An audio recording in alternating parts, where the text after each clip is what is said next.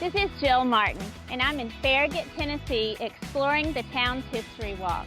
Today, we're at the Farragut Town Hall and the Admiral Farragut Memorial Plaza. We'll be learning who Admiral Farragut really was. Today, we're going to be talking to Dr. Timothy Holder, who is a dean and a history professor at Walter State College. He's also the author of a variety of books, including Devotions with Presidents. Admiral Farragut, David Farragut, was a war hero in the Civil War 3 times over. He was in 3 major battles. So he's not just a guy who was in the right place at the right time and something big happened. Over and over again, he demonstrated leadership and bravery during the Civil War. There were 3 major battles that he was involved in. He was involved in taking New Orleans, and what made that such an impressive victory for him was the War Department had given some advice on how to take New Orleans. They said, bomb the forts from afar, and then when the forts surrender, you can move your forces in. But he was concerned that would take too long, so he ran his ships past the forts under their bombardment and got his troops where they needed to be and was able to land them. So it was daring, it was brave, it was bold, and it got the job done.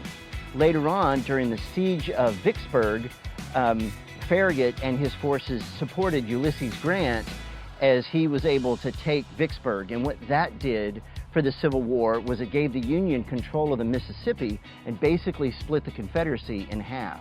So once again, Farragut gets credit for being involved in something big and being a war hero. At Mobile, at the Battle of Mobile, he led a fleet of ships into the area, and the Confederates had these mines in the water. They had torpedoes, and one of the Union ships hit these torpedoes and sank, and the other ship captains were in disarray, and that was when Farragut famously said, "Damn the torpedoes, full speed ahead."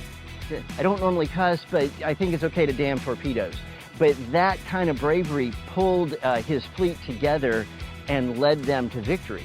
One of the things that first made me interested in Farragut as a presidential historian was that he was a pallbearer in Abraham Lincoln's funeral. So a guy who grew up around here and goes off to an adventure in the sea, winds up becoming this famous Navy war hero and is a pallbearer at the funeral of the 16th president.